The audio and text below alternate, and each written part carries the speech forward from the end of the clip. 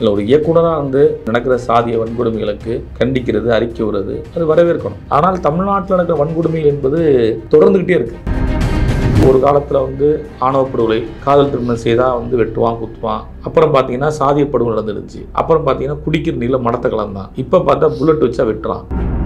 நிர்வாகத்தை சீர்கெடுக்கிற காவல்துறை தான் இருக்குது. ஒரு டூ வீலரில் போகிறான், ஹெல்மெட்லாம் போயிடுறான், அவனை நிற்க வச்சு 1/2 மணி நேரம் கேள்வி கேட்கிற காவல்துறை கஞ்சா விற்கிறவனை பிடிக்க மாட்டான்ல. காவல்துறை கட்டுப்பாடு என்பது முதலமைச்சர் கையில் தான் இருக்குன்னு என்ன கேள்விக்கு வரீங்க. கேள்வி எனக்கு தெரியுது. நான் என்ன சொல்றேன்னா, காவல்துறையே சாதியமயமா இருக்குங்கிறேன். ஆளுகின்ற கட்சியினுடைய அரசியல் கட்சியோடைய நோக்கம் 5 ஆண்டு தான். நிர்வாகம் யாருக்கு இருக்கு? அப்ப மாவட்ட நீதிபதி, மாவட்ட ஆட்சியர் என்ன செய்யறாங்க? ஒரு ஆளுங்கட்சி என்ன நடவடிக்கை எடுக்கணுமோ நடவடிக்கை எடுப்பாங்க. ஆனால் அதெல்லாம் சொல்றதுக்கு விடுதலை சிறுத்தைகள் தான் இன்னைக்கு எதிர்க்கட்சியா செயல்படுது தமிழ்நாட்டில், தெரியுமா? விடுதலை சிறுத்தை கட்சி துணை பூச்சா பொறுப்பு கொடுச்சுல, விடுதலை சிறுத்தை துணை பூச்சா கொடுத்தது அவரே முதலமைச்சர் பார்த்தாரு, சால்வ் பண்ணாரு. அதுக்கான காரணம் என்னவா இருக்கும்? நாடாளுமன்ற உறுப்பினர் ஆகலாம் எதிர்பார்ப்பு இருந்தாரு, அந்த எதிர்பார்ப்பு கிடைக்கல, போயிட்டாரு. அப்படியே சொல்ல முடியும். நானு திராவிட முன்னேற்ற கழக கூட்டணி இந்தியா கூட்டலாம் இருக்கும். எங்களுக்கு சின்ன சின்ன பிரச்சனைகள் இருக்கும். அந்த சின்ன சின்ன முரண்பாட்டால் நாங்கள் புதிய எதிரி வீழ்த்தா விட முடியாது.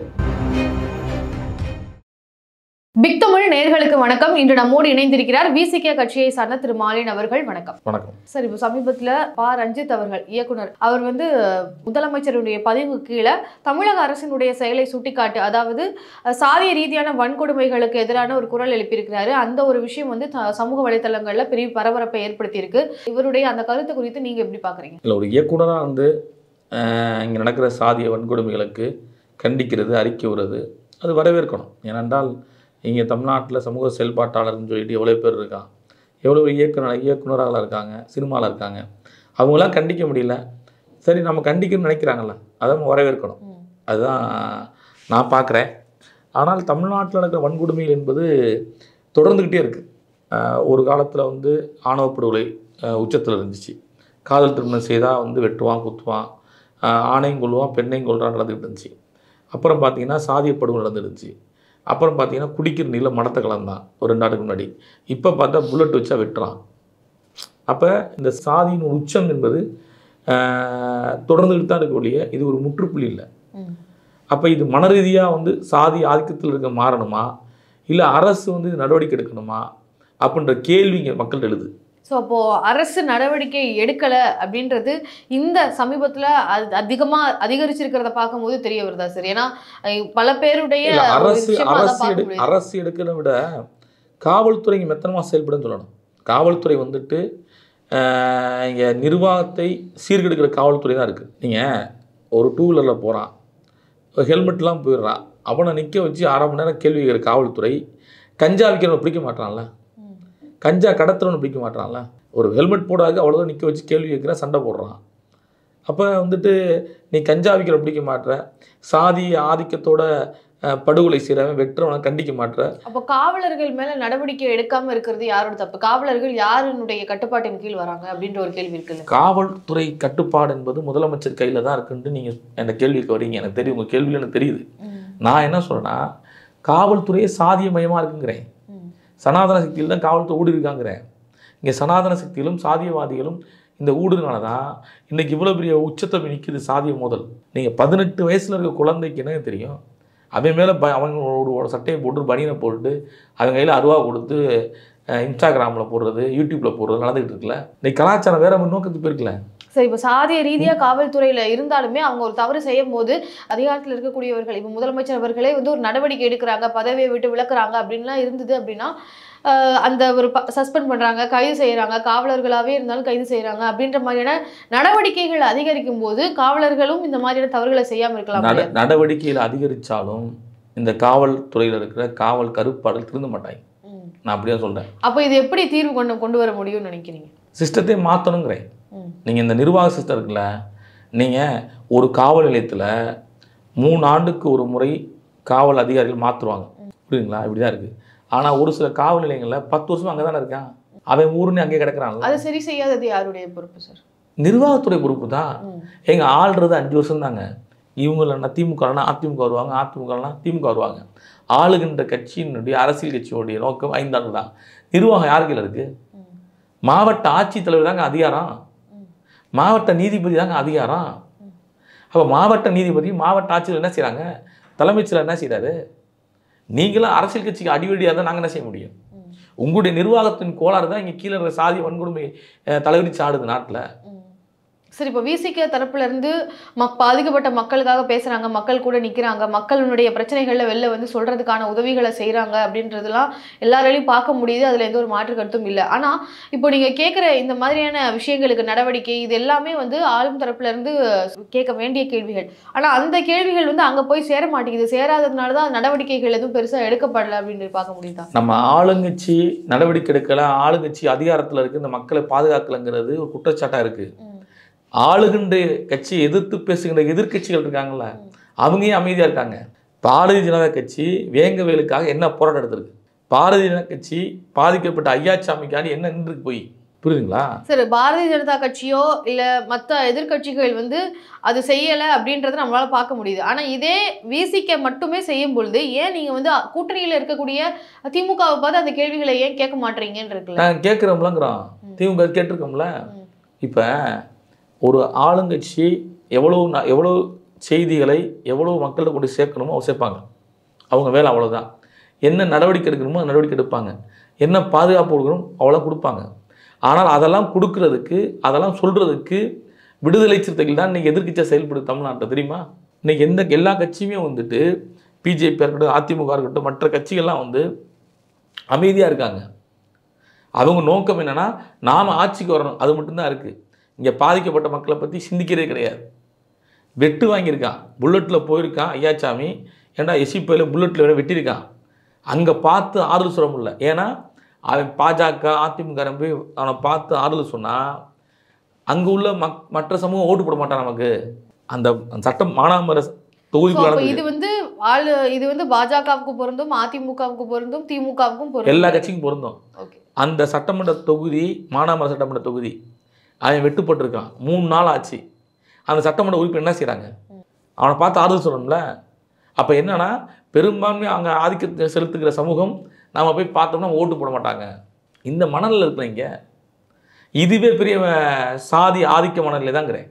ஓகே சார், அதே மாதிரி இப்போது விசிக சமீபத்தில் வந்து ஒரு எப்போவுமே ஒரு லைம் லைட்டில் இருந்துக்கிட்டே இருக்குது அப்படின்றதுக்கு ஒரு முக்கியமான ஒரு காரணமாக இருக்கிறாங்க அப்படின்னு பார்த்தீங்கன்னா அது ஆதவர்ஜுன் அவர்களை வந்து குறிப்பிடுறாங்க. நீங்கள் தான் அப்படி சொல்கிறீங்க. ஏன்னா அவரை வைத்து இந்த மாதிரியான விஷயங்கள் வந்து அங்கே விசிகாவை வந்து இந்த அளவுக்கு இப்போ கொண்டு வந்து மாநில அளவுக்கு அங்கீகாரம் பெற்றுக்கிட்டதே வந்து சமீபத்தில் அவர் ஒர்க் பண்ணதுனால தான்றாங்க. அது யார் சொல்கிறீங்க? இல்லை சார், நிறைய கருத்துக்கள் அப்படி வந்துட்டு இருக்கு. ஏன்னா தவறான கருத்துக்கள். விடுதலை சிறுத்தை கட்சி தமிழ்நாட்டில் அரசியல் அங்கீகாரம் பெற்றிருக்குன்னா தலைவர் எழுச்சி தமிழருடைய 35 ஆண்டு உழைப்பு, தெரியுங்களா? 10 ஆண்டுகள் தேர்தல் புறக்கணிப்பு, 25 ஆண்டுகள் தேர்தல் களத்தில் இருக்கான், 5 முறை நாடாளுமன்றத்தில் போட்டி போட்டிருக்கோம். அப்படி ஒரு மாபெரும் பேர் இயக்கம் தலைவர் எழுச்சி தமிழர் இந்த தேர்தலில், நாடாளுமன்ற தேர்தலில் 2024 விடாப்பிடியாக இருந்திருக்காரு. என்ன தெரியுமா இருந்திருக்காரு? எங்களுக்கு சொந்த சின்னம் தான் நிற்பேன் அப்படின்னு உறுதியாக இருந்தனால தான் அண்ணன் ரவிக்குமார் விழுப்புரத்திலும் தலைவர் எழுச்சி தமிழர் சிதம்பரத்திலும் சொந்த சின்னத்தை வெட்டிப்பட்டிருக்காங்க. நாங்கள் போன சட்டமன்ற தேர்தலிலே வந்து சொந்த சின்னத்தில் நிற்போம் அப்படின்ட்டு உறுதியாக நின்று தான் 4 சட்டமன்ற உறுப்பு பானை சின்னத்தில் இருக்காங்க. விசிக கட்சி மக்கள் எல்லாத்துக்கும் கொண்டு போய் சேர்த்தது வந்து ஆதவர்ஜுன் அவர்கள் தான், அவருடைய பிஆர் தான். அதெல்லாம் பரப்புரை, அது பொய்யான பரப்புரை. விடுதலை சின்னத்தை கொண்டு சேர்த்தது தலைவர் எழுச்சி தமிழர் தான், புரியுதுங்களா? அது சும்மா போகிற போக்கில் வந்துட்டு ஒரு நபர் வந்தார் போனார், அவர் வந்து அந்த மாதிரி மெயின் ஸ்ட்ரீம் மீடியா தான் பரப்பின சொல்லிய விடுதலை சிறுத்தைகள் எல்லாரும் தலைவர் எழுச்சி தமிழர் பின்னாடி தான். இங்கே 1000 பேர் வருவாங்க போவாங்க. ஸோ அப்புறம் அவர் எந்த ஒரு வித வேலைகளும் செய்யாமலே வந்து அவருக்கு வந்து துணை பொதுச் செயலாளர் கொடுத்துட்டாங்களா? ஒரு ஈவெண்ட் நடத்துகிறாங்க, ஒரு வெல்லும் ஜனநாயக மாநாடு ஒரு ஈவெண்ட்டு. அப்போ அவங்க ஈவெண்ட் நடத்துகிற நிறுவனம் வாய்ஸ் ஆஃப் காமன் வச்சுருக்காங்க. அவங்ககிட்ட வந்து ஒரு உதவி கேட்குறோம், இந்த மாதிரி நிகழ்ச்சி நடத்துகிறோம், நீங்கள் ஒரு ஒத்துழைப்பு கொடுங்குறோம். அவர் ஒத்துழைக்கிறாரு. எங்களுடைய கட்சியுடைய மறுசீரமைப்பு பற்றி புதிய பொறுப்பாளர் பட்டியல் எடுத்துக்கிட்டு இருக்கோம், அதை அவர்கிட்ட கொடுக்குறோம், இதை ஒழுங்குபடுத்துன்னு சொல்கிறோம். அவர் ஒழுங்குபடுத்துகிறாரு. மகளிருடைய மது ஒழிப்பு நடத்துகிறோம், அதை வந்து ஒழுங்குபடுத்தணும், அதை வந்து ஒரு பார்வை கொண்டு போகணும், அதை செய்கிறாங்க. அவ்வளோதான். அவங்க ஒரு ஈவெண்ட் நடத்துகிறவங்க அதுக்கு என்ன செய்யணும் செய்கிறாங்க. வாய்ஸ் ஆஃப் காமன் அந்த நிறுவனம், அந்த அடிப்படையில் அவர் வந்து தலைவர் மீதையும் தலைவர் ஏற்றுக்கொண்ட கோட்பாட்டு மேலையும் அவர் வந்து சரி அண்ணன் கூட சேர்றாரு, நான் தலைவரோட பயணிக்கிறேன்னு வராரு, கட்சியில் சேர்றாரு. புரியுதுங்களா? அவர் கட்சியுடைய கொள்கை கோட்பாடு ஏற்றுக்கிட்டு தான் வராரு ஒழிய அவர் தனிப்பட்ட நம்ம நபருக்கெல்லாம் இங்கே யாரும் வர மாட்டாங்க. அந்த அடிப்பில் சேர்ந்தார். அவர் மீது ஒழுங்கு நடவடிக்கை எடுக்கப்படுது. அவர் தலைவரை மீறி அதிக பிரச்சனையாக பேசுகிறாரு மீடியாக்களில், பொதுவில். தலைவர் நடவடிக்கை எடுத்து தலைவர் சந்தித்து அதுக்கான விளக்கங்கடியை கொடுக்கல. அப்புறம் அவராக விலகி போகிறாரு.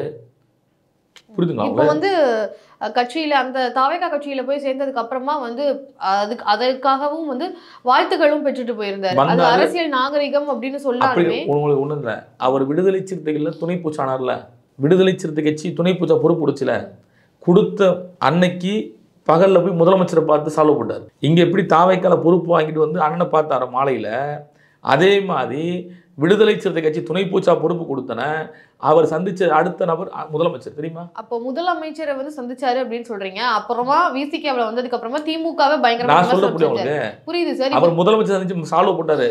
விடுதலை சிறுத்தை துணை பூச்சா கொடுத்தது அவரே முதலமைச்சர் பார்த்தாரு, சால்வ் பண்ணாரு. அப்ப அதுக்கான காரணம் என்னவா இருக்கும்? என்ன காரணம் என்ன கேட்டீங்கன்னா, இல்ல சார், அப்ப நீங்க அதை எதனால குறிப்பிடுறீங்க? அவர் ஒரு எதிர்பார்ப்பு இருந்தாருங்க. அவர் ஒரு எப்படி நாடாளுமன்ற உறுப்பினர் ஆகலாம் எதிர்பார்ப்பு இருந்தாரு. அந்த எதிர்பார்ப்பு கிடைக்கல, போயிட்டாரு. அப்படிதான் சொல்ல முடியும் நானு. சார், அப்போ இந்த இடத்துல பொறுத்த வரைக்கும் நீங்க சொல்ற வச்சு பார்க்கும்போது விசிகே கட்சிக்கு வந்ததுக்கு அப்புறமா திமுகவை பயங்கரமா விமர்சனம் செஞ்சாரு. இப்போ தாவேகாக்கு போன பின்னாடி விசிகேவை சொல்ல ஆரம்பிப்பாரு அப்படின்னு பார்க்கலாமா? அவர் சொல்ல மாட்டாரு. ஏனென்றால் விடுதலை சிறுத்தை கட்சி அவருக்கு என்ன அங்கீகாரம் கொடுத்தது, என்ன மரியாதை கொடுத்தது, அது அவருக்கு தெரியும். புரியுதுங்களா?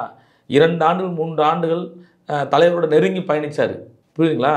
தலைவர் யாராக இருந்தாலுமே கூப்பிட்டு அரவணைச்சு பக்கத்தில் உட்கார வைக்கிற ஒரு குணாதிசயம் தலைவருக்கு, எழுச்சி தமிழருக்கு இந்தியாவிலே அப்படி ஒரு தலைவர் பார்க்க முடியாது. அப்படிப்பட்ட ஒரு மகத்தான பண்புள்ள தலைவர். அதனால் அவர் போய் எந்த குறையும் சொல்ல முடியாது.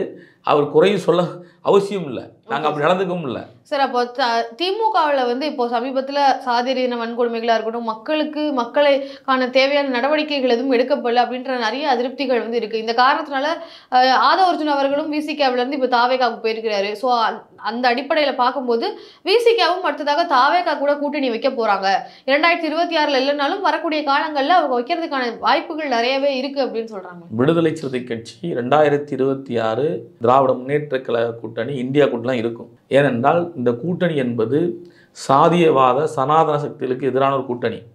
கூட்டணியில இருக்க எல்லாருமே அப்படிதான் இருக்காங்கன்னு சொல்ல வரீங்க? எல்லாருமே அப்படிதான் இருக்கும். இப்போ நீங்க சொன்னீங்க திமுகவும் அந்த இடத்துல உடன்படுது. ஏன்னா பாஜக அதிமுக எப்படி பேசலையோ அதே மாதிரி தான் திமுகவும் இருக்குன்னு சொன்னீங்க. அப்புறம் எப்படி அது இந்தியா கூட்டணி வரும்? இந்தியா நான் சொன்னது இங்க நடக்கிற பிரச்சனை எப்படி சொன்னேன்.